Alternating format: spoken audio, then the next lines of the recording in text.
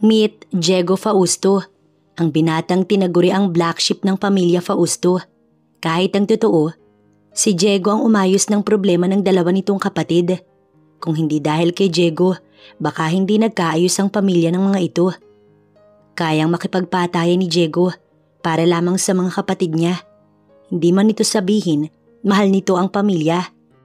Pero dahil pamilyado na ang dalawa sa mga kuya nito, si Diego ang sumunod na iniluklok bilang CEO ng Fausto Company.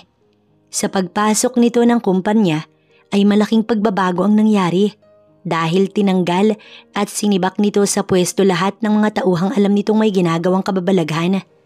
At 3 sa board ang pinalayas nito nang dahil sa hindi nila pagkakaunawaan. Yun ang naging dahilan kung bakit ilang ulit nalagay sa peligro ang buhay ni Diego. Gayunpaman, hindi ito tinablan ng takot o kahit ano paman dahil bukod sa mahilig ito sa gulo, matapang din ito. Ngunit dahil sa isang aksidente, mababago ang lahat kay Diego. Ang dating palangiti at masayahing binata, bigla na lang naging seryoso at animoy pasa ng mundo sa tuwing may kausap. Maging ang pamilya nito hindi rin alam kung ano ang dahilan ng lahat ng pagbabago ng binata. Siguro'y naalog ang ulo ng kamuntik na itong mamatay sa pagkawalan ng preno ng sasakyang minamaneho nito nung araw na iyon. At para bumalik ang dating sigla nito, kumuha ang kapatid nito ng PA na masayahin at may positibong pananaw sa lahat ng bagay. Umaasa na baka sa paraang yun, mahawa si Diego at bumalik ang dating binata. Si Yuna Vasquez, masayahing dalaga, sa edad na 23, nanatiling positive sa buhay kahit nakamakailan lang pumanaw ang kanyang ama dahil sa depresyon. Pilit nitong binubuhay ang dating buhay na meron sila ng pamilya kahit napaka-imposible. Nalulong sa sugalang ama nito at marami na rin silang pinagkakautangan. Tapos ay pumanaw pa ang ama nito. Dahil siya ang panganay, sa kanya napunta lahat ng problema ng kanyang daddy. Para makatulong ay nag-apply si Yuna ng trabaho sa isang kumpanya. Iniwan ito ang negosyo para lamang sa isang misyon. Ang pabagsakin ng kumpanyang nagpahirap sa sitwasyon nila ngayon at nagpalaya sa ama niya sa trabaho. Dahilan para magawa nito ang lahat ng kamaliang iyon sa buhay. Magawa kaya ni Yuna ang binabalak? O ito ang mabitag sa sarili nitong mga plano? Paano kaya nito sisimulan ng lahat kung sa unang araw pa lang ng dalaga sa trabaho, nabihag agad siya sa kagwapuhan ng CEO?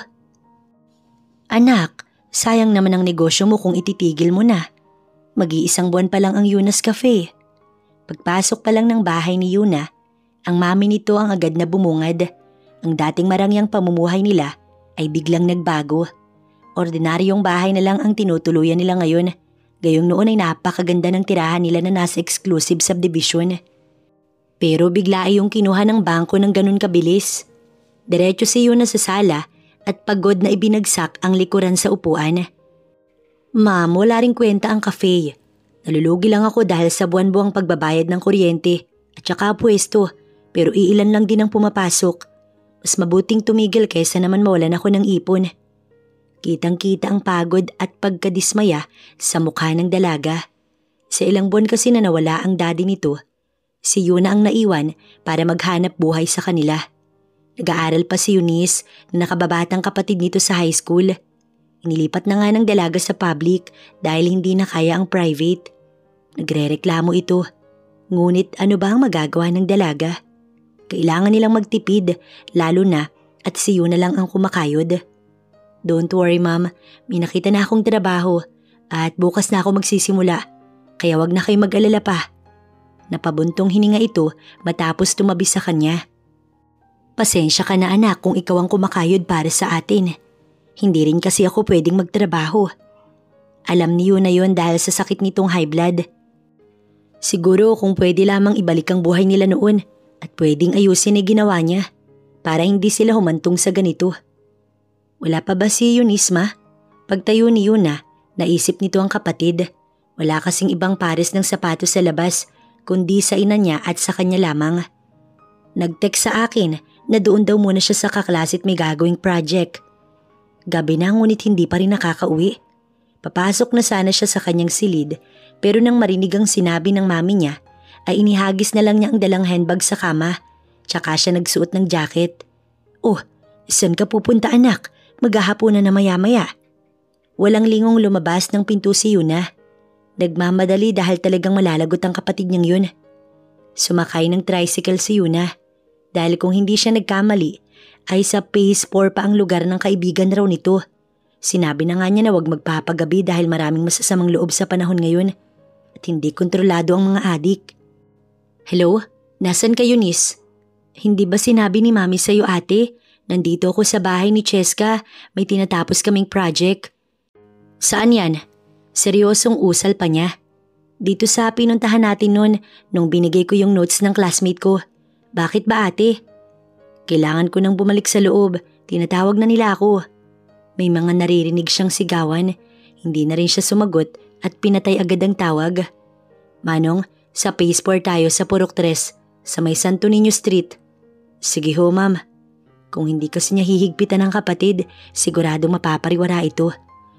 15 anyos pa lang ito kaya alam niyang mapusok ang ganoong mga edad. Yun kasi ang mga edad na walang ibang iniisip, kundi ang barkada at magsaya. Naranasan din naman niya yun noon, pero may ama siya na laging nagbabawal at nagpapaalala kaya hindi siya napariwara. Ngayon ay si Eunice naman, at dahil wala na ang daddy nila, wala nang ibang gagawa kundi siya. Lalo't ayaw niyang magalit ang mami niya dahil sa high blood ito. Pagdating sa address na sinabi niya sa driver, bumaba siya matapos magbayad. Nasa tabi siya ng highway at nasa looban pa ang bahay ng kaklase nito.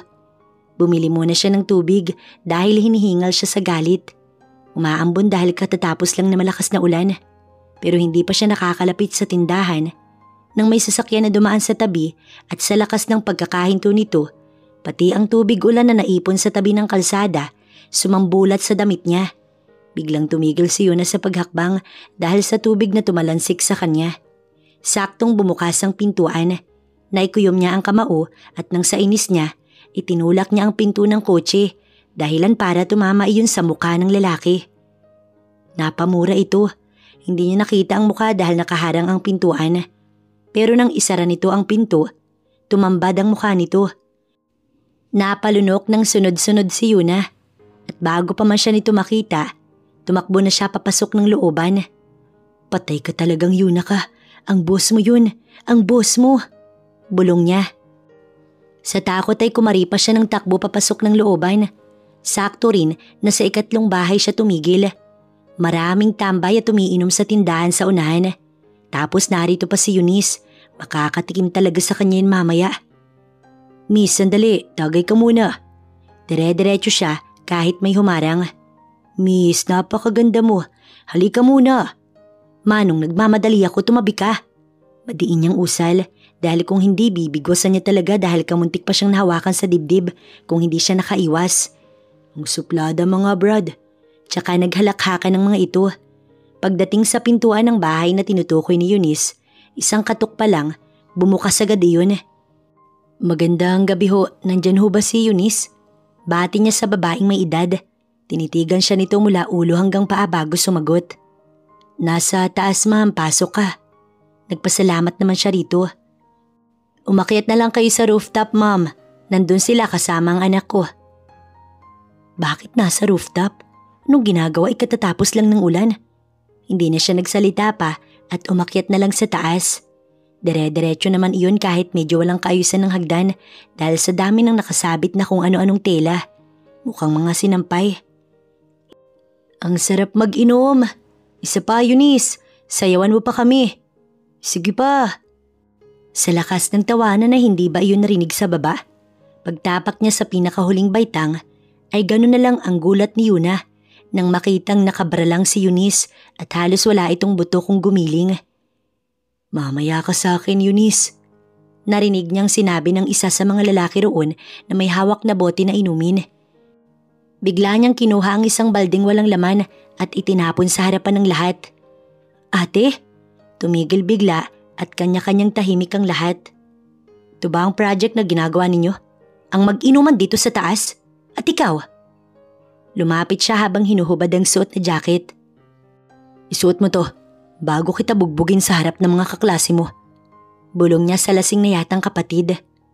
Asahan ninyo na makakarating ang lahat ng ito sa teacher ninyo bukas na bukas. Nilingon niya ang lalaki na may hawak na bote. Tandaan mo, oras na may nangyari sa kapatid ko, bangkay kang pupulutin sa gilid ng poste. Tsaka niya nilingon ng iba. Ano pang hinihintay ninyo? Bumaba kayo't magsiuwi na. Sa lakas ng bulyaw niya ay isa-isang tumakbo pababa ang mga kaklase ng kapatid niya.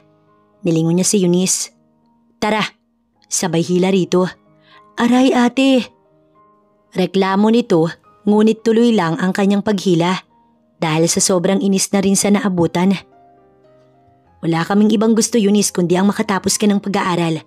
Napakabata mo pa para sa mga ganoong bagay. Lahat ng kaya ko ginagawa ko para sa pamilya natin. Kaya sana naman makita mo yun at masuklian mo ng kasipagan sa pag-aaral. Yun lang naman ang hinihingi ko, Eunice. Malumanay na usal ni Yuna kinabukasan.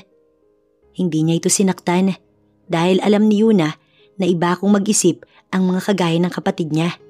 Oras kasi na sinaktan mo, binulyawan mo ang mga teenager na kaedad ng kapatid niya. Maaari itong makapag-isip ng kung ano. Lalo na't iba na ang panahon ngayon at taranas niya kung paano maging kagaya ni Eunice. Hanggat kaya niyang maging kalmado, kakalma siya upang hindi gumawa ng kung ano ang kapatid niya. Sorry ate, akala ko naman po kasi project lang ang gagawin namin eh. Kaso, nagdala si Brent ng alak kaya napasubo ako. Lalo na't kinakantsawan nila ako na hindi marunong uminom. Nayuko nitong sagot. Gustong gusto niya itong sampalin ng matauhan. Pero sobrang pagpipigil ang ginawa niya upang hindi ito masaktan. Please Eunice, ayoko na itong mauulit ah. Please lang, hindi ito para sa akin o para kay mami. Para sa iyo mga sinasabi ko. Dahil paano kung may ginawa sila sa iyo? Lalo na yung may hawak na bote na yun. Narinig ko Eunice, narinig ko yung sinabi niya at oras na nakatulog ka. Baka kung anong ginawa niya sa iyo. Ayokong mapahamak ka, kaya kita pinagsasabihan. Ayokong mapasama ka kaya ako to sinasabi. Mahal kita dahil kapatid kita. Dalawa lang tayo, kaya sana naman mag-isip ka ng maayos. Wala na si Dad kapag nalaman ito ni Mami. Paano kung atakihin yun? Gusto mo bang mawalan din tayo ng ina? Tatatlo na lang tayo rito. Kaya please makinig ka sa akin Eunice. This is for your own good.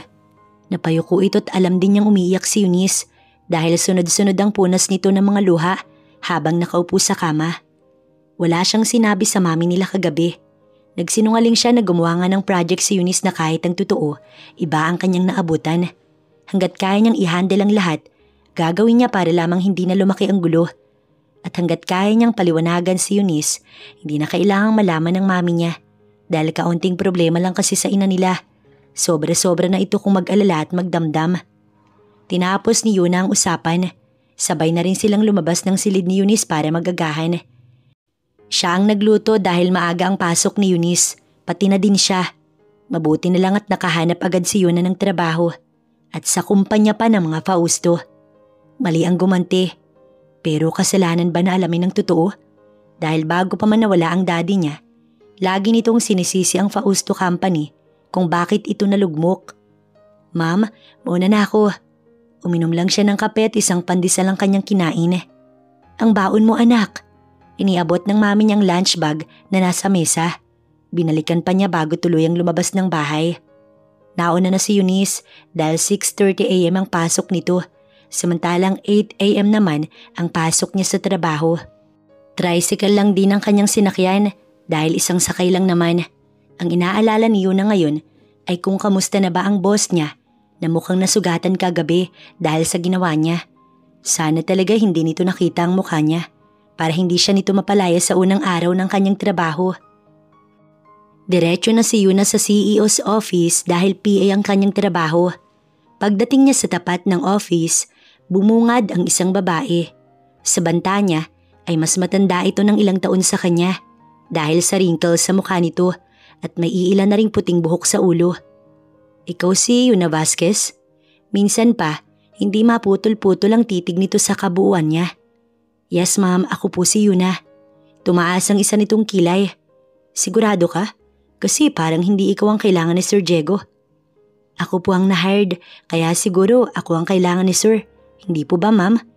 Ngumiti siya, ngunit salungat sa babaeng kaharap niya. By the way, I'm Dinah. Ako ang magtuturo sa iyo sa lahat ng mga kailangan mong malaman tungkol sa trabaho mo. Oras na hindi ka pumasa sa akin, hindi ka rin pasado sa CEO. Doon na siya napatingin sa kabuuan nito. Hindi pa ho ba sapat na na-hired ako? Kailangan bang maraming magsisiyasat sa kakayahan ko bago ko tuluyang makapasa? What? Unang araw mo palang dito, Miss Vasquez, pero ganyan ka na? Miss Dinah, pinapatanong ni Sir kung nandyan na daw ba ang personal assistant ni Sir. Sabay silang napalingon sa lalaking dumungaw sa kakabukas na pintuan ng CEO's office. Bago pa man nakapagsalita ang babae sa tabi niya, sumagot agad siya. Yes sir, ako po yun. Great, pasok na. Lumabas ito't siya naman itong pumalit sa loob nun. Pagsara ng pinto, direktang tumingin siya sa harapan. Ang table at ang swivel chair ng nakatalikod ang unang tumambad sa kanya. Pagharap ng upuan, doon na namilog ang mga mata ni Yuna. At noo agad ng lalaki ang una niyang nakita. Nakabandage yun. Natuod na lamang si Yuna sa kinatatayuan dahil siya ang may gawa nun kagabi. Napakagatlabi na lamang ang dalaga dahil sa nerbiyos. Kinakabahan si Yuna dahil kakaiba kung makatitig ang boss niya. Ngayon pa lang niya nakita ng malapitan na mukha nito at hindi siya pwedeng magsinungaling. Napakagwapo ng boss niya. Kahit sabihing hindi ito nagpapagupit dahil umabot na sa ibabang tenga ang buhok, tila mas nakadagdag pa nga iyon sa kakisigan nito. Siguro hanggang balikat lang siya ng lalaki. Halata rin ang laki ng katawan. Mukhang hindi nakalimot mag-gym sa isang linggo. Here, print it all. Nagulat na lamang ang dalaga nang biglang may tumampal sa mga papel sa ibabaw ng mesa. Napalunok siya ng sunod-sunod nang mapansin ang namumukol sa ibaba nito. Gosh, gaano kaya kahaba at laki ang tinatago nito? Parang hindi ordinaryo. Halata iyon dahil dirty white ang suot nitong pants. Nakatakin pa ang suot nitong long sleeve, kaya hindi niya maiwasang mapansin. Nakakapang-init sa pakiramdam. Do you hear me? Doon lamang nagtaas ng tingin si Yuna. Saglit na nagtama ang kanilang mga mata. Sa kaba niya, umiwas na lamang ang dalaga.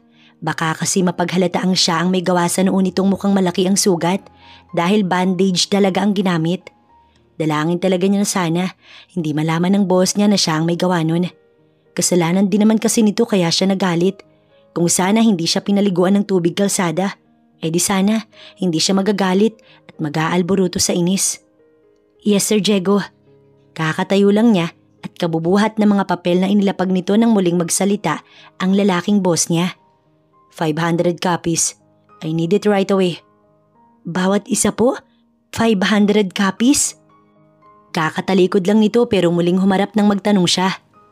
Gusto mong abutin ng isang buwan? Then go. Parang ang sarap kutusan ng boss na kagaya nito. Hindi ba ito pwedeng sumagot ayon na lamang sa tanong niya? Tumalikod si Yuna na hindi alam kung ano ang ibig nitong sabihin. Kung bawat papel ba ay 500 copies o hindi. Habang nasa lift ay hindi maiwasan ni Yuna na mapaisip kung may GF na ba ang kanyang amo dahil himala naman kung wala. Kahit siya hindi maiwasang humanga sa taglay nitong kakisigan. Para naman kasi itong Turkish actor na lagi niyang sinusubaybayan.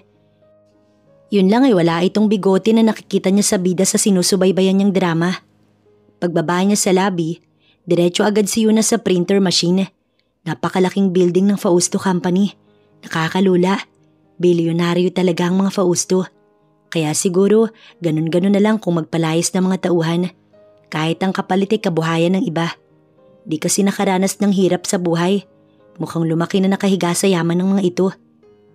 Hi, bago ka dito? Napalingon si Yuna. Isang babae ang lumapit sa kanya. Mukhang kaidaran niya lamang. Maitim nga lang ito at mas mababa sa kanya. Maganda kahit maitim. Oo, kanina lang ako nagsimula. Ngitingan niya. Habang hinihintay ang mga piniprint, nakipagkwentuhan muna siya sa babae. Ako si Lucy, encoder ako. Tinanggap niya ang pakikipagkamay nito. Yuna Vasquez. Namilog ang mga mata ng babae. Hindi niya maintindihan kung bakit ganun na lang ang reaksyon nito sa kanyang sinabi. Bakit Lucy? Lumapit ito at maya-maya ay bumulong.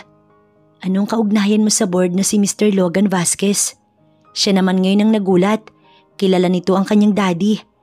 Hindi ko siya kilala. Sino ba yun? Ngunit kahit sa huling segundo, nagbago pa rin ang lahat ng sasabihin. Wala kasing pwedeng makaalam na ama niya ang dating board member ng kumpanyang ito. Akala ko kilala mo. Bakit? Anong tungkol sa taong yun? May problema ba sa Logan? Ilang sandali bago ito nakasagot. Napalunok pa siya sa kaba na baka naghihinala na ito sa kanya. Ayon sa sabi-sabi, malaking pera ang ninakaw niya sa kumpanya, kaya siya pinalayas ni Sir Diego. Bago pa lang nun si Sir tapos lahat ng may ginagawang kababalaghan, pinalayas ni Sir nang walang kahit anong dahilan. Animoy umikli ang dila niya dahil hindi siya nakasagot agad sa babae. At ayon pa sa sabi-sabi, si Logan ang dahilan kaya kamuntik nang mamatay si Sir Diego. Gumanti kasi ito kay Sir na pinalayas sa kumpanya. Nagtanggal bara sa lalamunan si Yuna bago nilingon ang piniprint niya. Nanginginig ang mga kamay niya habang inaayos sa mga papel. Wala siyang alam at hindi siya naniniwalang magagawa iyon ng kanyang daddy. Mabait ang dad niya. Sige ha, mamaya na tayo mag-usap. 5 minutes break lang kasi ako. Umiti lang siya rito tsaka bumalik sa ginagawa. Kung halimbawang totoo yun, ibig sabihin, ang ama pa niya ang may kasalanan sa mga Fausto. Pero masyado pang maaga para maniwala. Marami pa siyang malalaman. Inabutan na ng lunch break si Yuna sa printing machine at talagang hirap siyang buhatin ng mga iyon dahil sa dami. Mabutit hindi siya naubusan ng ink. Pero nang may sumunod na magpiprint, narinig pa niyang nagalit ang lalaki. Wala na raw laman, bakit hindi pinalitan? Agad siyang sumakay sa lift para hindi siya mapansin. Where is she? Hindi ko po alam, Sir Diego. Find her! Sa lakas ng bulyaw ng amo niya, rinig niya yun kahit malayo pa siya sa opisina. Opo sir, opo. Saktong kalalabas lang niya ng lift. San ka galing Yuna? Kanina ka pa hinahanap ni sir. At ano yung dala mo ha? Sa tinig ni Dinah, halatang galit na galit ito. Malamang mga papeles. Nakikita mo naman siguro, ma'am. Mas diniinan niya ang salitang ma'am. Buisit, bilisan mo takong pinapagalitan ni sir dahil sa'yo. Bilis! Bagal-bagal. Singhal pa nito. Kahit kailan maldita talaga ang gurang na to. Kung pwede lang itampal ang mga dala niyang papel, ginawa niya na ng matigil ang pagiging astang CEO nito. Tagapagmana lang. Nasa tapat na si Yuna ng pintuan ng opisina. Hindi man lang siya tinulungan ni Dinah. Tinalikuran lang siya na parang walang nakita. Kaya hirap na hirap si Yuna na abutin ng doorknob at pihitin upang buksan. Sa kakaabot niya, bigla na lamang iyong bumukas. Akala ng dalagay kusang bumukas kaya pumasok siya. Ngunit bigla na lang may nabunggo si Yuna na matigas na bagay. Ay! Pigil hiningang natumba ang dalaga kasabay ng malakas na tili. Kasabay ng mga papeles na dala. Nagkalat iyon sa ere, kasabay na niyang nahulog sa sahig. Ngunit hindi siya dumiretso sa sahig, kundi sa ibabaw ng boss niya. Sorry sir, sorry po. Pero nang igalaw ni Yuna ang kanang palad, ganun na lang ang gulat at pagkatuod niya nang makitang nasa ibabaw iyon ng mga hita ng amo niyang si Diego. Dahan-dahang nilingon niya ang lalaki. Seryoso itong nakatitig sa kisame hawak ang ulo. Biglang naitaas ni Yuna ang kanang kamay nang maramdamang tila may tumitibok sa mga hita nito. Lord, ano ba to? Iyak ng kanyang isipan. Sa sobrang kahihiyan ay parang gusto na rin niyang maglaho sa kinaroroonan. Tahimik na tumayo ang boss ni Yuna habang siya naiwan na nakatulala ng ilang sandali sa sahig. Hindi naman niya sinasadyang mahawakan ng ano nito. Sandali lang din iyon at isa-isa na rin niyang inayos sa mga papel na nagkalat sa sahig. Matapos niyang ipunin, tumayo na si Yuna para dalhin ang mga yun sa lamesa ng boss niya. Ito na po sir, at sorry po ulit. Mahinang anya. Pagtalikod niya ay todong kaba ang naramdaman ng dalaga dahil sa mga titig nitong ipinukul sa kanya. Mukhang galit ito, buti na lang at hindi siya binulyawan dahil sa katangahan niya. Yun nga lang para naman siyang matutunaw sa mga titig nito. Matapos bumalik sa mesa nito, kinuha lang ng dalaga ang lunch bag para mananghalian. Sa cafeteria na lang siya para may mainit na sabaw at makabili rin siya ng gulay. May ulam naman siyang adobong baboy pero mas masarap pa rin kapag may sabaw na mainit, lalo na't malamig ang kanyang kanin. Saktong palabas na siya nang marinig ng dalaga ang pagtikhim ng boss niya. Hindi niya ito nilingon hanggang sa magsalita ito. Where are you going? Baritonong nagpatigil sa paglabas niya sa nakabukas na pintuan. Itinaas niya ng bahagya ang hawak na lunch bag. Magla-lunch break po, sir. Napipilitan pa siyang umiti. Umiwas din siya sa mapanurin nitong mga tingin. Hindi ito sumagot. Sige po, mauuna na po ako. Yayayain niya sana pero nahiya talaga siya. Lalo na't hindi pa rin napapawi ang nangyari sa kanila kanina. Pagdating ng cafeteria, marami ng mga empleyado ang naroon para kumain. May mga nauna na at palabas na rin. May mga nahuli na kagaya niya, naghahanap pa lang ng mapupwestuhan. Yun na, dito! Isang pamilyar na tinig ang pumukaw sa kanya. Sa dulong bahagi ng pasilyo, may 4 na upuan roon at mesa. May 2 umuuko pa at kasama roon si Lucy, nakakakilala niya lang kanina. Kahit unang araw pa lang niya, may tao pa rin siyang nakilalang mabuti. Akala niya kasi parang na lang lahat ng katrabaho niya. Meron pa naman palang kagaya ni Lucy. Dito ka na maupo, Yuna. Wala namang nakaupo dito. Ni Lucy. Kaibigan mo? Tanong ng katabi nito. Kakilala ko. Kagaya mo'y bago lang din si Yuna, Viola. Nginitian niya ang medyo payat at maputing babae. Matangos ang ilong. Maganda naman ito. Hi. Ngumiti ito. Alam niyang pinipilit lang nitong ngumiti pabalik. Matapos mag-order ni Yuna ng ampalayang may itlog, bumalik siya sa mesa sa unahan. Naabutan niyang nagtatawanan ng 2 kasalo niya sa mesa. Si Sir? Hindi ka papatulan nun, Viola. Isa pa, gwapo si Sir Diego. Sinisiguro kung may girlfriend na yun. Pero nginitian niya ako kahapon at alam mo bang sobrang crush ko na siya? Kumunot ang noo niya. Nginitian? Hindi nga marunong umiti yun. Ang filingera naman ng Viola na to. Kumakain siya habang pinakikinggan ng kasinungalingan ni Viola.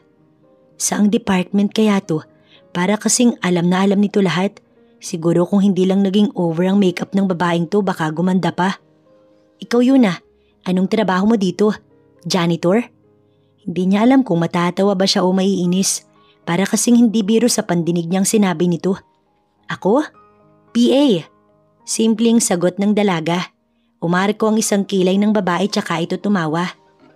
Personal assistant nino ng head janitress? Nginitian siya ni Lucy. Sana pero hindi natuloy kaya ayon naging PA ako ni Sir Diego. Napabuga ito sa kinakain dahil sa gulat. Lumayo bigla si Lucy dahil baka matamaan. Nagkibit balikat siya tsaka itinuloy ang pagsubo. Hindi naman kagulat-gulat yun, Viola. Masyadong mayabang sa tingin niyang babaeng ito. Hindi na rin sumagot si Viola at tahimik itong tumayo. Mukhang tapos nang kumain ni hindi man lang inayos ang kalat. Nang makita niyang nakalayo na ito, doon siya nagtanong kay Lucy. Yun, pinsan yun ni Ma'am Dinah. Siya yata ang papalit kay Ma'am Dinah. Next week kasi aalis na rin yun dito. Last Monday yun pumasok. Nauna lang sa'yo ng 1 linggo. Mag-iingat ka doon, Yuna. Mukhang kagaya ni Ma'am Dinah. May talent din yun. Tumangutango siya. Hindi na rin nagsalita ng kung ano-ano dahil hindi niya palubos nakakilala si Lucy. Matapos na kumain ni Yuna, sumabay na siya kay Lucy pabalik sa lobby. Saglit lang na pag-uusap bago siya sumakay ng lift pabalik sa opisina ng boss niya. Come on, Diego. Hindi pwedeng ganyan ka na lang, anak. Kailangan mong… Okay, but please, Mom. Huwag niyo na akong pilitin. I don't need a woman. I don't need them. I'm fine with myself alone. Fine, pero darating ka sa Sabado sa birthday ninyo, okay? Fine, I'll try. Nang marinig niya ang mga yabag palapit sa pintuan, lumayo siya doon upang hindi mapansin na narinig niya ang usapan ng mag-ina. Mag-ina dahil mami ang tawag ni Sir Diego sa kausap. Paglabas ng babae, nagkatinginan pa sila. May edad na ito't halatang halata yun sa mukha ng ginang. Good afternoon, ma'am. Tsaka siya yumuko tanda ng paggalang. Tumigil ito sa paghakbang. What's your name? Hindi mapoknat ang tingin nito sa mukha niya. Nahihiya tuloy siya rito. Yuna po. Ikaw ba ang bagong PA ng anak ko? Opo, ma'am. Tumangutango ito. Napansin niyang may kinuha ito sa dala nitong sling bag. Here, call me Yuna kapag may oras ka, okay? Hindi niya alam kung bakit. At sa Saturday, gusto kong naroon ka sa party ng quadruplets, okay? Po? Sa party ni Diego and his sibling sweetheart. Anito bago siya tinalikuran. Nagtataka man hindi na lamang iyon pinansin. Kahit medyo mahirap ang trabaho ni Yuna, hindi niya yun alintana dahil malaki naman ang sahod niya bilang PA.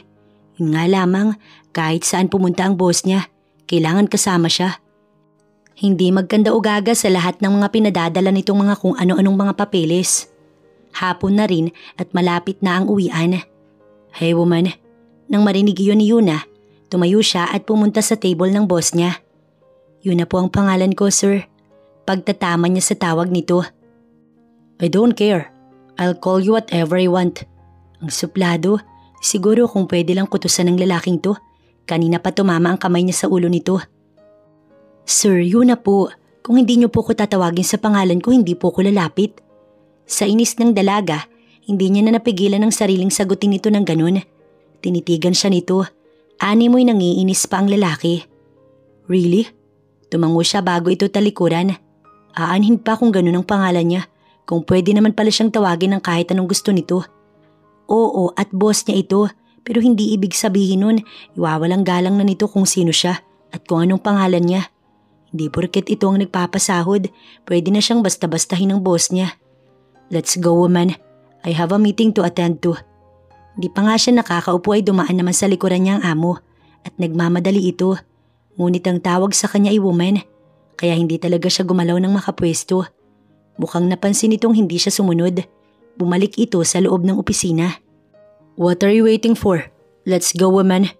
Itinuon niya sa computer ang tingin na hindi pinansin ng boss. Hindi naman pwedeng woman na lang ang itawag nito sa kanya kahit saan. Ano yun? Are you deaf or what? Sa lakas ng paghampas ng palad nito sa ibabaw ng nakatambak na papeles, tila lalabas sa dibdib niya ang puso. Ngunit hindi niya pinahalata yun. What the F? Are you insane or what? Muli nitong singhal. Tinitigan niya ito, kagaya ng titig ng amo niya sa kanya. Hindi siya papatalo. Bilang empleyada, may karapatan din siya. Ilang segundong nagtama ang kanilang mga mata at hindi siya patitinag. Abay nasampal niya nga ito ng pintuan ng sasakyan. Ngayon pa bang ipinaglalaban lang niya kung anong karapatan niya? Fine, let's go. Ito ang naunang nag-iwas ng tingin. Tumalikod matapos nitong banggitin ang kanyang pangalan. Yuna. Umiti siya nang hindi napapansin ng boss niya. Tumayo siya tsaka sumunod rito. Yun lang naman ang gusto niya. Ang tawagin siya sa pangalan niya. Mahirap ba yun? Hindi porke amo niya ito, pwede nitong gawin ng gusto. Lakad-takbo ang ginawa na pagsunod ni Yuna dahil sa bilis ng lakad ng boss niya. Paglabas ng lobby ay saktong tumigil ang isang magarang sasakyan sa tapat ng boss niya. Isang nakaputing malaking lalaki ang lumabas at nagbukas ng pintuan para dito. Get in, saan ka pa pupunta? Niwalang kaimo-emosyon kung magsalita ito.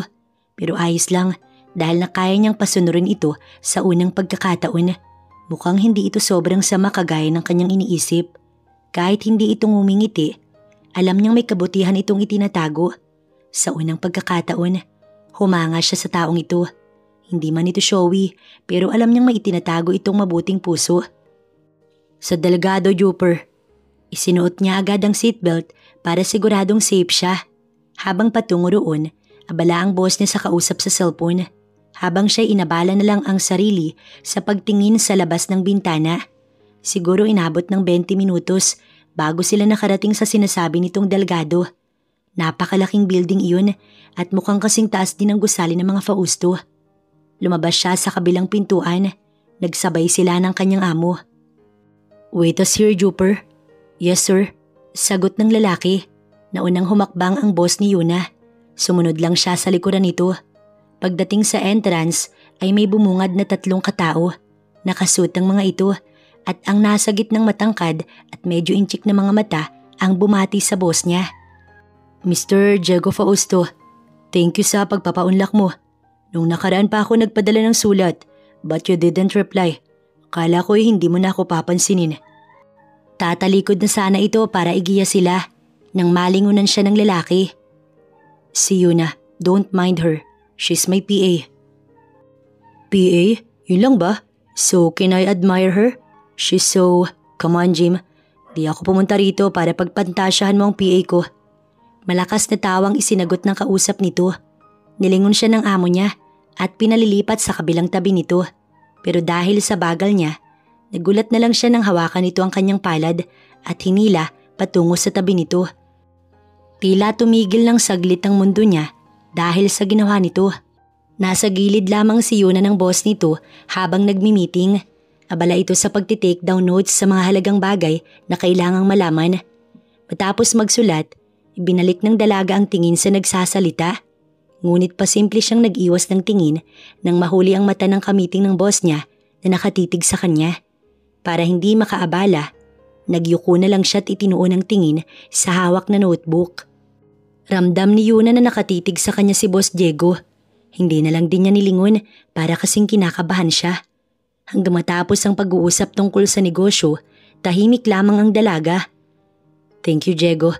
Kahit alam kong napipilitan ka lang makinig. May dala pa iyong tawa na halata namang pangiinis. Hindi tinanggap ng boss niya ang pakikipagkamay nito, kaya mas natawa ang lalaki. Come on, kung ganyan, masyado kang napaghahalataan pare. Muli nitong usal, aakbayan sana nito ang amo niya nang umiwas ito. This is the last time na pupunta ako rito, Jim. Believe me. Ngunit isang malutong na halakhak lamang ang isinagot nito. Para namang baliw ang Jim na yun. Hindi niya mapigilang isipin kung kulang ba ng isang dakot yun o ano. Inihatid pa sila ng lalaki sa labi ng pagmamay-ari nitong building. Maayos namang kausap, kaso kadalasan tatawanan lang nito ang boss niya. Siguro ay matagal nang magkakilala ang dalawa, kaya ganun ito kung mag-react. Bye beautiful, pasaring nito sa kanya. Pilit ng ngiti ang kanyang isinukli. Mauna ka na sa sasakyan. Pero mukhang pati ang pagngiti niya. Hindi nito nagustuhan.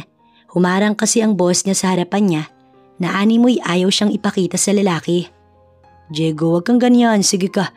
Hindi na ako makikipag-deal kung ganyan ka sa akin. Gwapo itong si Jim. Ang ganda ng mga mata.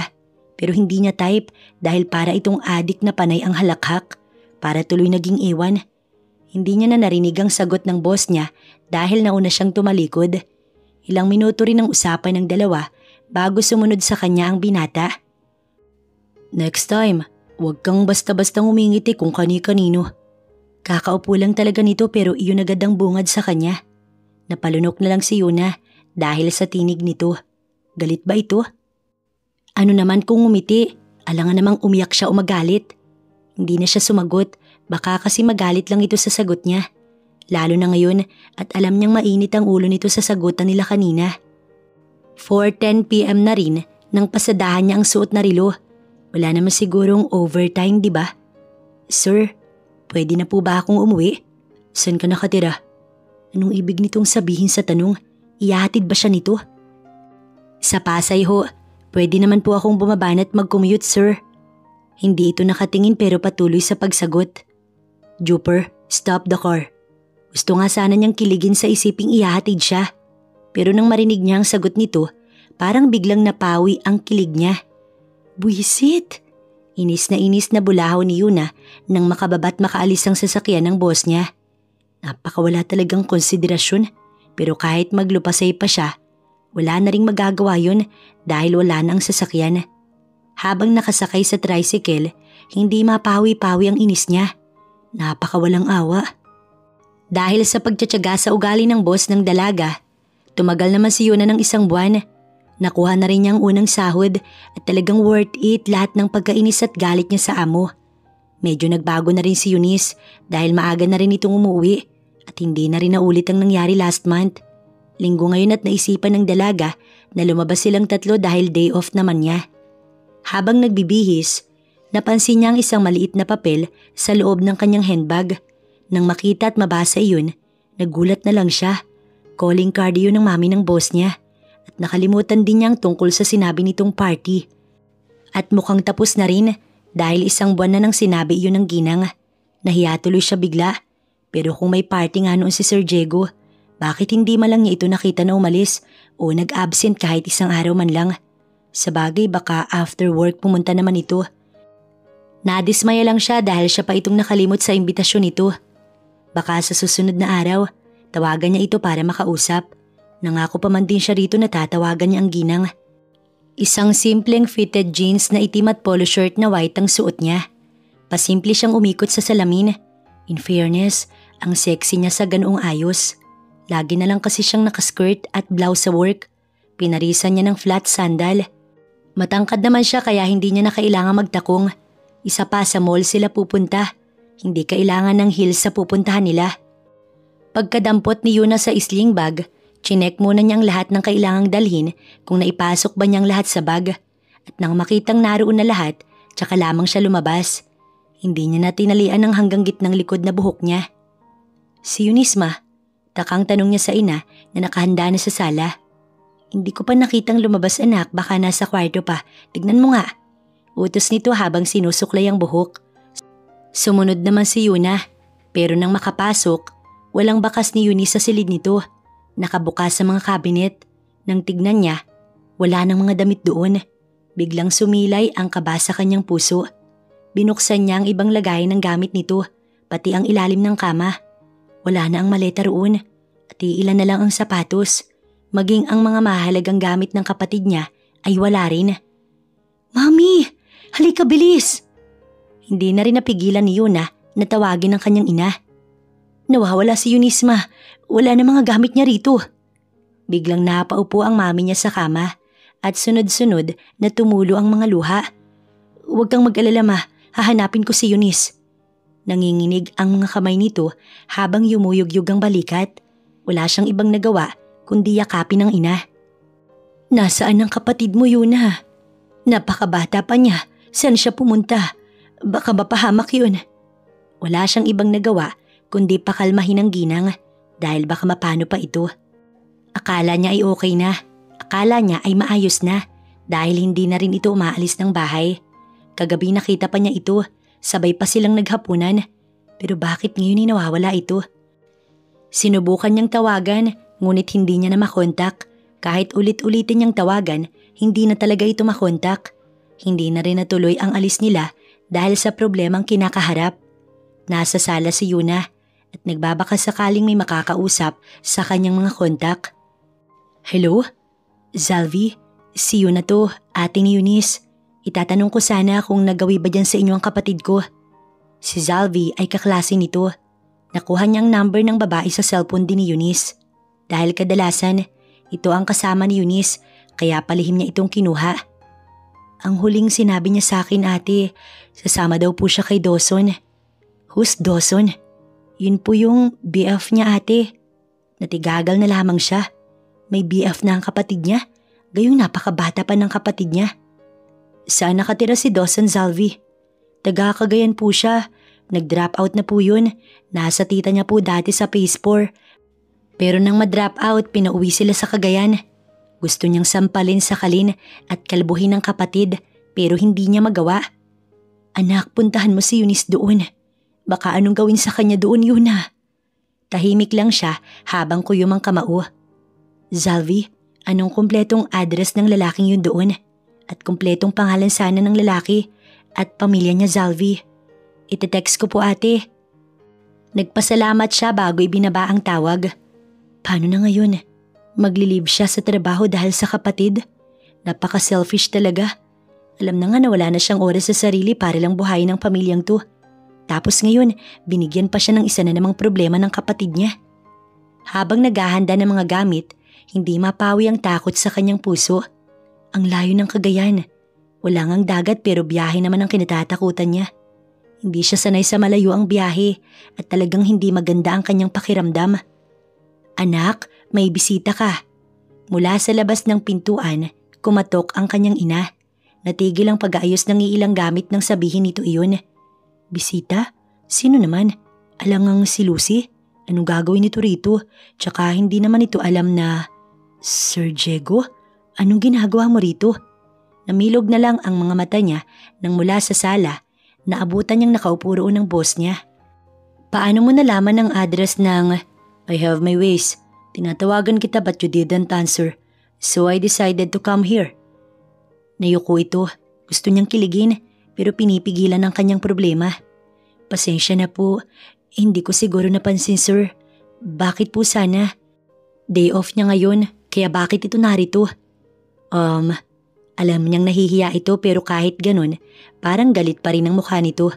Mukhang napipilitan lang talaga sa kung anong nais nitong sabihin. Gusto kong makita ka ni Ma'am. Nahalata niya ang pagkakautal nito. Not me, it's just para sa birthday niya. Ikaw daw ang gusto niyang kasama ko. Okay na? Tatawa siya pero kanyang pinigilan. Ganun pala ang isang Diego Fausto kung mahiya. Nauutal at bumibilis magsalita. Naalala niyang tungkol kay Eunice. Nabawi bigla ang saya sa kanyang puso. Sorry sir, may problema lang ho ako. Hihingi rin sana ako ng emergency leave.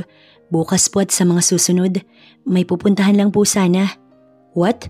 Bumalik siya sa loob ng silid at kinuha ang backpack. Iilang gamit lang ang dala niya para sigurado.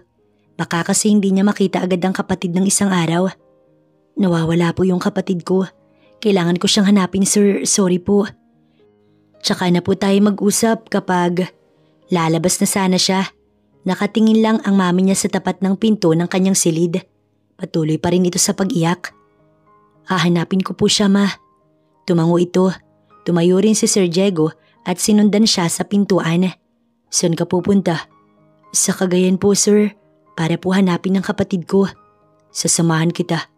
Nabigla siya. Akala niya nagbibiro ito. Pero nang kunin nito ang palad niya at hilahin patungo sa sasakyan nito, doon lang siya naniwala. Get in. Napalunok pa siya ng sunod-sunod bago pumasok sa kakabukas lamang na front seat. Habang nasa biyahe, panay ang ring ng cellphone ng boss niya. Nagulat pa siya nang i-off iyon ng binata at itinuloy ang pagmamaneho.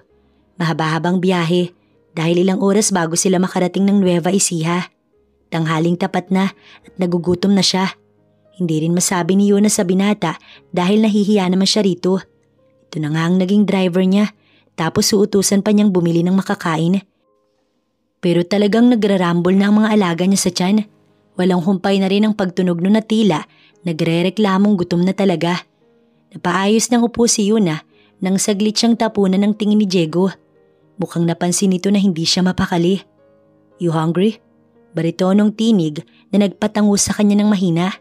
Hindi na siya magsisinungaling dahil dakong 2:00 na ng hapon at kaninang umaga pang huling kain niya. Hindi na ito muling nagtanong. Akala niya'y hahayaan na lamang siyang mamatay sa gutom. May 10 minuto rin nang masilayan niya ang isang sign ng sikat na fast food. Walang drive-thru kaya kailangan talagang bumaba para pumasok. Are you sure you want to eat here? Muli na namang narinig ni Yuna ang tinig nito. Bakit ba lagi na lang nagpapataas ng kaba niya sa tuwing magsasalita ito?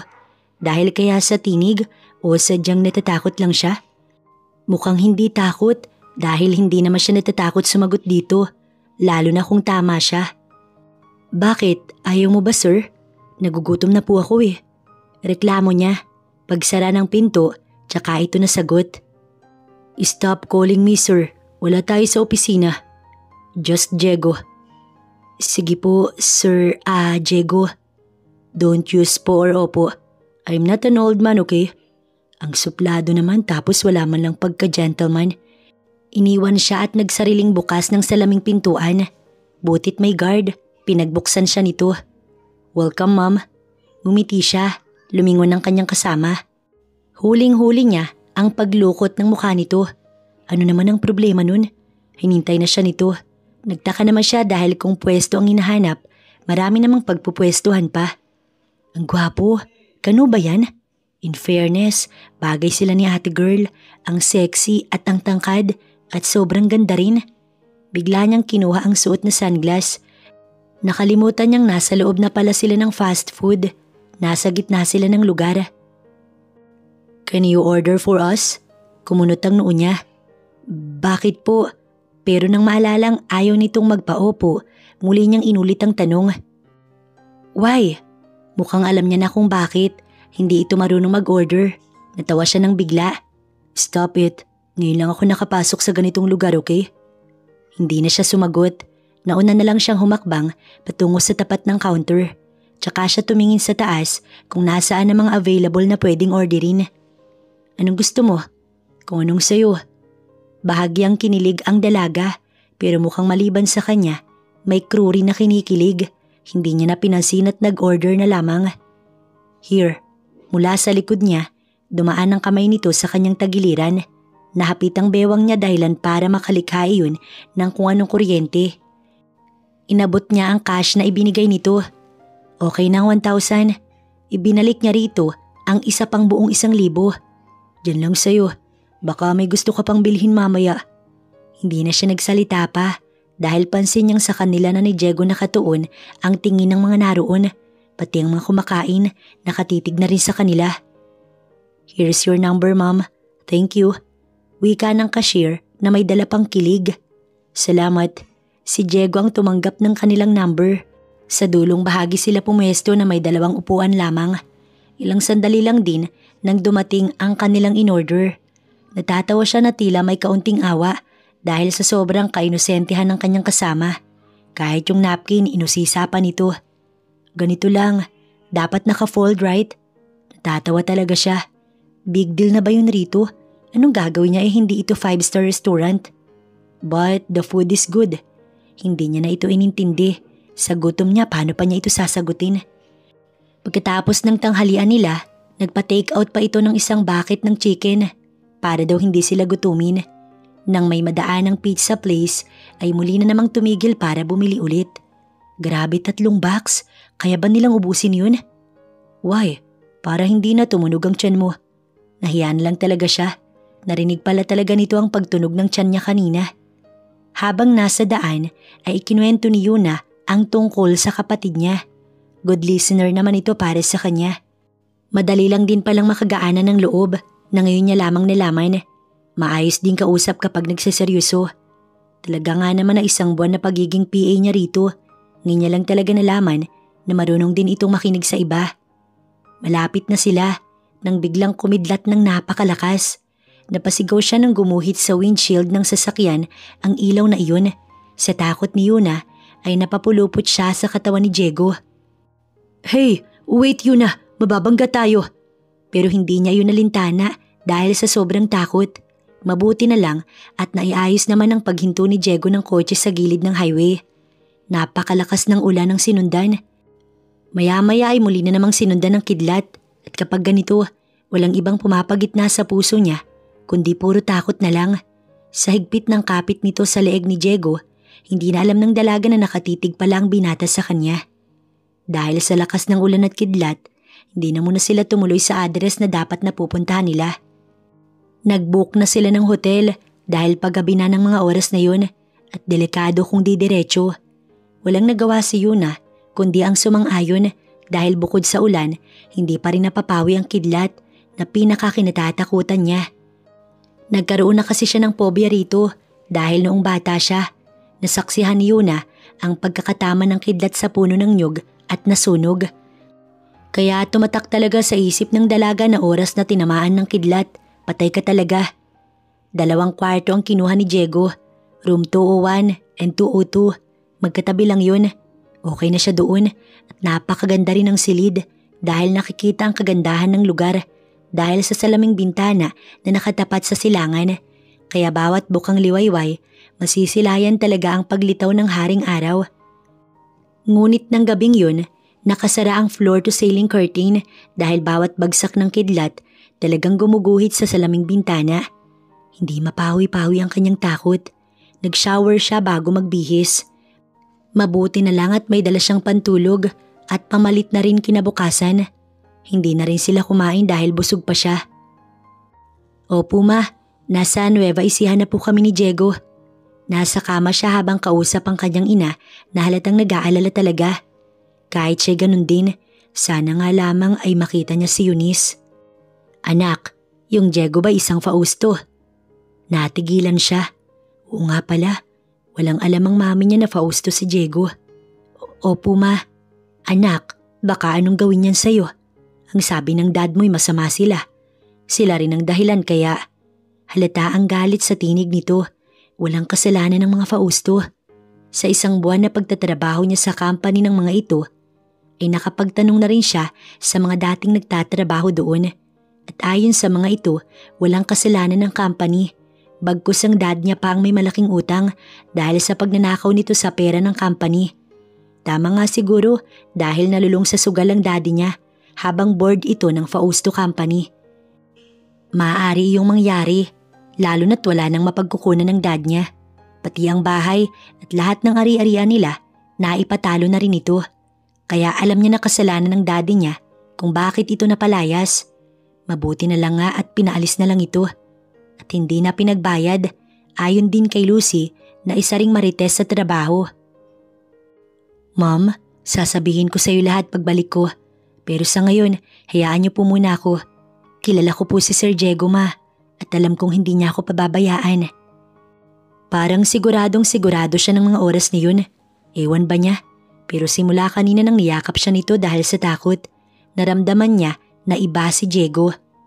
Basta yun na mag-iingat ka. Sana maiuwi mo si Eunice. Sobrang nag-aalala ko, anak. Humihikbi na naman ito. Binigyan niya na lang ng kasiguraduhan para hindi ito mahirapan at makatulog kahit papaano. Saktong ilalapag niya ang cellphone sa gilid ng kama para matulog nang bigla namang nag-brown out, sinundan ng malakas na kidlat. Todong hiyaw ang naririnig sa apat na sulok ng silid. Kinuha niya ang cellphone at pinaandar ang flashlight. Tsaka siya tumakbo palabas ng kwarto. Halos kalampagin niya ang pinto ng silid ni Diego. Sunod-sunod na katok bago iyon bumukas. Walang ibang nagawa si Yuna nang mabungaran ng binata. Yuna, why are you… Ngunit natahimik na lamang ito nang yumapos ang dalawang mga braso ng dalaga sa katawan nito. Tsaka isinubsob ang muka sa malapad nitong dibdib. It's okay, para ka namang bata. Naluluha na siya pero bigla ay yung napawi nang marinig yun. Kahit takot na takot, pinilit niyang kumawala. What now? Babalik na lang ako sa… Bago pa man siya tumalikod, nahila na siya nito sa braso at muling ibinalik sa katawan nito. Di ka na mabiro. May dagdag pang tawa. Naiinis siya kaya pilit na kumawala ang dalaga. Ngunit hindi niya nagawa nang buhatin siya na to papasok sa silid nito. May emergency light naman kahit walang power. Ngunit natatakot pa rin siya sa sunod-sunod na kidlat. Ipinasara niya na kay Diego ang kurtina dahil na rin sa takot. Sumunod naman ito. Sa kama ka na. Dito na lang ako sa… Malamig. Baka bumalik naman ang ilaw at tumigil ang kidlat. Dito ka na, babalik din naman ako mamaya sa silid ko. Hindi rin naman siguro ito magtatagal. Tinitigan lang siya nito at tahimik na bumalik sa kama. You know, hindi ako ganito noon, Yuna. Pero nang dahil sa aksidente, nabago ang lahat. I was scared of death. Naisip ko rin na paano kung may pamilya ako ng panahong yun at nawala ako. Ang isa sa ayoko ay ang magkapamilya, Yuna. Kaya ako naging ganito. But sometimes, hindi rin talaga maiiwasan. Anumang paglayo ko sa mga babae, may oras na hindi ko rin kinakaya. Napalunok siya ng sunod-sunod. Naupo ito sa kama na nakatalikod sa kanya. Do you know why? Dahil oras na mawala ko, lagi kong iniisip, paano nga nakatasawa kong may iwan? Ayokong makasakit, ayokong may masasaktan. Pero nang nakita kita, nagbago ang paniniwala ko. Sinubukan kong wag mahulog. Sinubukan ko na wag kang magustuhan. Ilang beses din na iniwasan kong mapalapit sa'yo. But this time, hindi na kinaya. Natuod na lamang siya sa kinahihigaan. Hindi niya alam kung anong ire-react dito dahil parang nashock bigla ang puso at ang kanyang utak. Ano raw? Parang panaginip lamang kayo na ang lahat ng nangyari kagabi. Hindi lubos maisip ng dalaga na mangyayari sa kanila iyon ni Diego. Hindi niya alam kung tama ba ang nangyari o nadala lamang sila sa emosyong pumapagitna sa kanila ng sandaling yun. Wala na rin yata siyang mukha pang maiharap dito dahil sa kusang pagbibigay ng sarili sa binata. Kaya nang bumangon siya kaninang madaling araw, kahit masakit ang pagitan niya, lumipat talaga si Yuna ng silid. Mag-aalas 3 nang humupa ang ulan at nawala na rin ang kidlat. Hindi na rin siya nakatulog at sa dami ng mga sumisiksik sa isip niya, nagawa ni Yuna na mag-check out ng mag-isa. Iniwan niya si Diego sa hotel at kumuha na lang ng masasakyan. Mabuti na lang at may mga driver na gising pa rin sa ganoong oras. Nagpahatid siya sa address na nakasulat sa papel.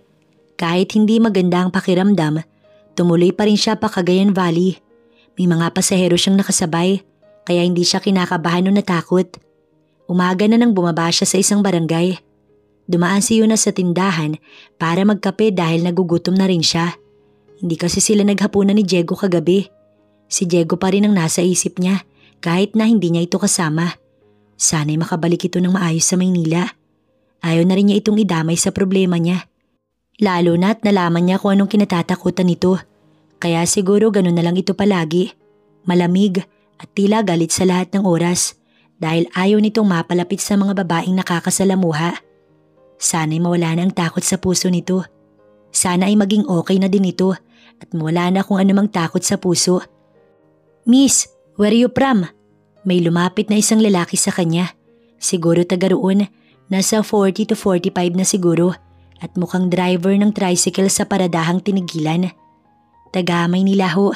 Tila nakahinga ito ng maluwag nang marinig siyang nagtagalog. Hirap na hirap pa ako mag-isip, Tagalog ka naman pala. Nagtawanan ang mga kasama nito. "Saan ka ngayon paroroon, miss?" Agad niyang kinuha ang address na nakasulat sa papel. "Dito ho, manong, sa lugar ho na ito." Binasa iyon ng lalaki. "Kailangan mong sumakay ng tricycle. Medyo malayo rito ang lugar na ito." May ilang lumapit at tumangutango na animoy sumasang-ayon sa sinabi ng lalaki. Sige ho. Matapos niyang magkape ay may naunang nakapilang tricycle at doon naman siya itinuro ng mga naroon. May edad na lalaki, marami ng puti ang buhok nito pero kumpleto pa naman ang ngipin. Nakangisi ito na hindi niya alam kung bakit. Dahil hindi niya kabisado ang lugar, ibinigay niya sa lalaking driver ang papel. Ito na ang inaasahan niya na magdadala sa kanya sa lugar na nakasulat. Ilang minuto na rin na tumatakbo ang sinasakyan niya. Nang tignan niyo na ang cellphone, nakailang missed calls na pala si Diego. Hindi niya iyon napansin. Muling tumawag ang number nito. Ngunit in-off niya ang cellphone, tsaka niya nakakausapin ito pagbalik niya. Kampanting nakatitig si Yuna sa dinaraanan nila nang mapansin niyang hindi na yata iyon parte ng kalsada at ang unahan maliit na daanan lamang ng tao. "Manong, sigurado ho ba kayo na ito yung daan?" Kinakabahang usal niya rito. Ngunit hindi ito sumasagot at tuloy lang sa pagmamaneho. "Manong, bababa na lang ho ako." "Sandali lang miss, malapit na tayo sa pupuntahan mo." Para talagang kakaiba ang pakiramdam niya. "Dito na lang ho ako, manong, bababa na ho ako." Nagsimula na siyang mataranta at pilit na pinahihinto ang driver. "Tumahimik ka, sabing maghintay ka tiya, hatid rin kita sa pupuntahan mo." Sa sobrang takot niya at mahina lang din ang pagpapatakbo nito dahil sa lubak na daan, tumalon si Yuna. Narinig niyang humiyaw ang lalaki. Masakit ang braso at tuhod niya dahil sa sunod-sunod na paggulong pero nagawa pa rin ni Yuna na tumayo at magsimulang tumakbo. "Hoy, bumalik ka!" Pagtigil ng sasakyan, hinabol siya nito. Walang kabahayan roon kaya wala talaga siyang mahinga ng tulong. Sumigaw man siya, walang makakatulong sa kanya. Binilisan na lamang niya ang takbo. "Huli ka!" Sunod-sunod na sigaw ang pinakawalan ni Yuna. Nagpupumiglas at nanlalaban. Ngunit sa lakas nito, hindi siya makabitaw. Hinawakan siya sa braso, ngunit kinagat niya ang lalaki. "Aray, walang iya ka!" Tsaka siya sinampal ng malakas, parang namagaan ka ng pisngi niya. Sinipa ni Yuna, ngunit wala ayong nagawa. "Diego!" Sunod-sunod na tumulo ang kanyang luha. Kahit alam niyang wala si Diego, nagbabaka sakali pa rin na baka marinig nito ang kanyang boses. "Saglit lang to, saglit lang tayo ganda." Nakakatakot ang pagdiwal ng dila nito. Nakahiga na siya sa damuhan pero pinipilit pa rin manlaban. Anumang iyak, walang nakakarinig sa kanya. "Yuna!" Sa lakas ng sigaw sa unahan, otomatiko siyang napalingon. Nang makita niya si Diegong tumatakbo at mapalingon din ang lalaki, sinipa niya ito sa gitna, dahilan para mapaupo ito at gumulong sa damuhan. Sana'y napisat na ngangitlog ng hayop. Paglapit ni Diego, malakas na sapak pa ang ipinagkaloob nito matapos itaas ang lalaki. Sunod-sunod na sipa at tadyak, dahilan para mawalan ito ng malay. Hagulgol ang tanging nagawa niya. Matapos makitang naroon si Diego, tinulungan siyang tumayo. Ngunit ilang sandali siya nitong tinitigan. Walang reaksyon ng muka. "Next time, huwag mo nang uulitin yun. Alam mo bang halos mabaliw ako kakahanap sa'yo?" Wala na siyang ibang nagawa kundi siilin ito ng halik sa nakaawang nitong labi. Hinayaang umagos sa mga luha sa kanyang mata. at piniling halikan ang binatang handang ialay ang kaligtasan para lamang sa kanya. "You're forgiven." Anito't muling naghinang ang kanilang mga labi. "Lumayas ka't huwag ka nang magpapakita. Hampas lupa." "Eunice?" Mabilis niyang inagapan ng kapatid na itinulak ng isang babae palabas ng gate ng bahay ng mga ito. Lumingon ito pati si Eunice. Dahan-dahang tumayo ang kapatid niya. "Ate?" Garalagal na tinig nito, tsaka siya tinakbo upang yakapin. Puno ng pasa ang braso nito. Bigla siyang nag-igting sa galit. Natulalang saglit ang babae. Pinasadahan nito ang sasakyang binabaan nila at ng kasama niya. "Saglit lang." "Ate." Pinigilan ni Eunice na huwag nang lumapit ngunit ibinigay niya ito kay Diego. "Pumasok ka ng kotse." Baritonong usal nito bago siya sinundan. "Anong karapatan mong saktan ng kapatid ko? Sana pinaalis mo siya ng maayos dahil wala kang karapatang saktan yan." Sigaw ni Yuna. Mariing napapikit ang babae. "Ma, anong?" Nalipat ang tingin niya sa binatang lumabas ng bahay. Mukhang ito si Dawson. "Anong ginagawa mo rito?" Lumapit pa ito sa kanya. "Dalhin mo yung kapatid mo dahil hindi ko siya mahal. Susunod-sunod rito sa akin, hindi ko naman siya kailangan."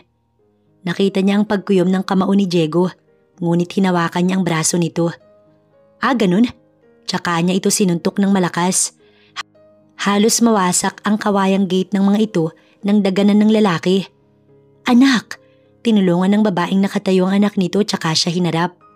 "Anong karapatan mong saktan ang..." "Pues, ano rin ang karapatan mong saktan ng kapatid ko?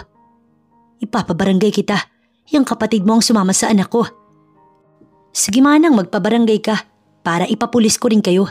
Huwag niyong sabihin sa akin hindi niyo sinaktan ng kapatid ko dahil may mga pasa siya sa braso. Mga hayop kayo. Sige, magpabarangay kayo nang mapahiya kayo." Sa lakas ng tinig niya, may mga tao nang nakaisyoso. Marami nang nakakarinig at nakakakita. "Itong tandaan mo, Dawson. Huwag na huwag kang magpapakita sa kapatid ko.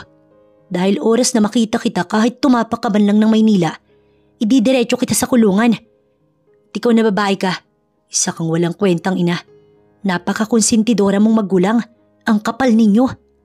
Pinilit siyang pinatahimik ni Diego, ngunit hindi siya nakinig. "Pwe, mga peste." Singhal pa niya bago tumalikod. Ayon kay Eunice, ay nobyo nito si Dawson.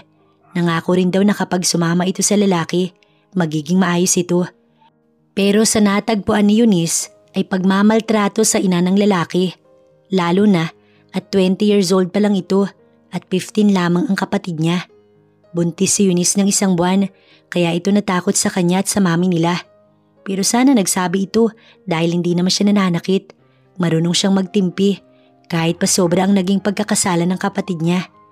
Nang araw din mismong yun, inuwi nila sa Maynila si Eunice. Nagsisi din ito. Yun lang din naman ang gusto niya. Sana sa pagkakamali nito ay malaman ni Eunice kung anong dapat na unahin. Hindi siya nagkulang ng paalala. Pero sa kagaya ni Eunice at impluensya ng mga barkada, ito talaga ang mangyayari. At tungkol sa Dawson na yun, idinaan nila sa barangay na lamog ang mukha gawa ni Diego. Ang sabi ng barangay, sila na ang bahalang mag-turn over sa pulis. Sa ngayon, 3 buwan ng tiyan ni Eunice. Pinatigil mo na ni Yuna sa pag-aaral para sa kabutihan ng mag-ina.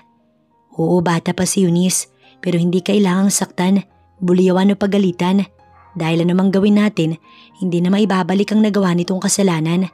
Ang tanging magagawa lamang ni Yuna at ng mami nito ay ipakitang mahal pa rin nila ang kapatid niya.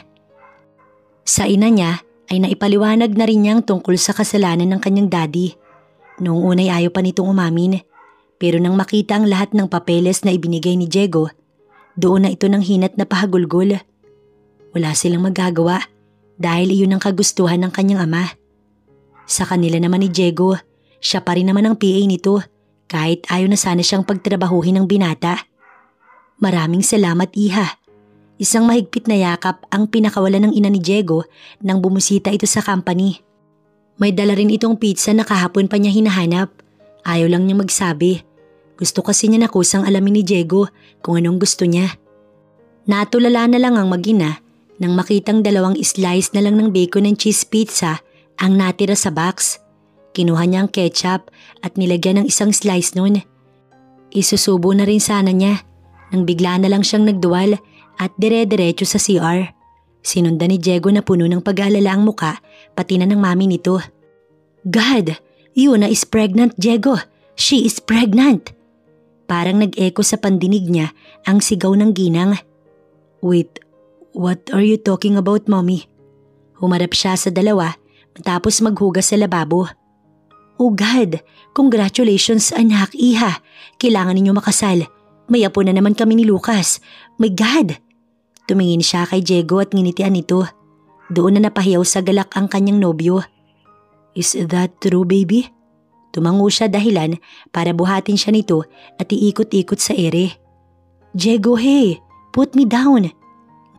Ngunit hindi ito nakakarinig. Natawa ang mami nito habang kausap sa cellphone ng kung sino. Yes, Cathy. As soon as possible. Ang pinakabongga sweetie para sa ikakasal na ikatlo kong anak. Nagulat pa siya nang siiling siya ng halik ng mapapangasawa. I love you so much, baby. Me too, Diego Fausto.